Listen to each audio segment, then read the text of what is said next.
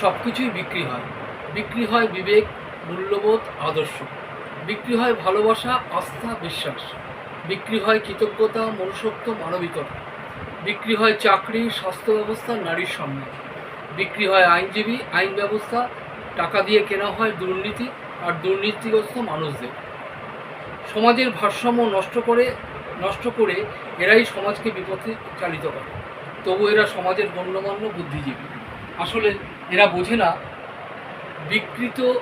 বিকৃত মানুষগুলোর বাজারে বিকৃত আলু পটলের চেয়েও দাম কম।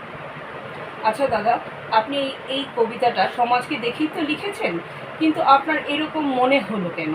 সব মানুষ তো মানে আপনার কথা অনুযায়ী সব মানুষ কিন্তু বিক্রি হয় না। হ্যাঁ, 99% হতে পারে।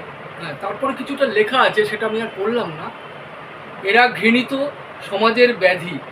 এর মাঝেও কিছু ব্যক্তি বিক্রি না হয়ে মেরুদণ্ড সোজা রেখে প্রতিবাদ মুখর হয়। ভালোকে ভালো আর কালোকে কালো বলার সাহস দেখায়। এরা কোনো প্রলোভনে, কোনো ভয়ভীতির কাছে নতি স্বীকার করে না। তাদের জন্য সমাজ আজও বেঁচে থাকার প্রচেষ্টা চালায়। খুব সুন্দর দাদা কবিতা আমাদেরকে উপহার দিয়েছেন। এইভাবে আপনি লিখতে থাকুন, আপনি এগিয়ে চলুন, আমাদেরকে এগিয়ে চলুন, আমাদেরকে শিক্ষা দিতে থাকুন। খুব খুশি হয়েছি, খুব সুন্দর কবিতা দাদা, ধন্যবাদ।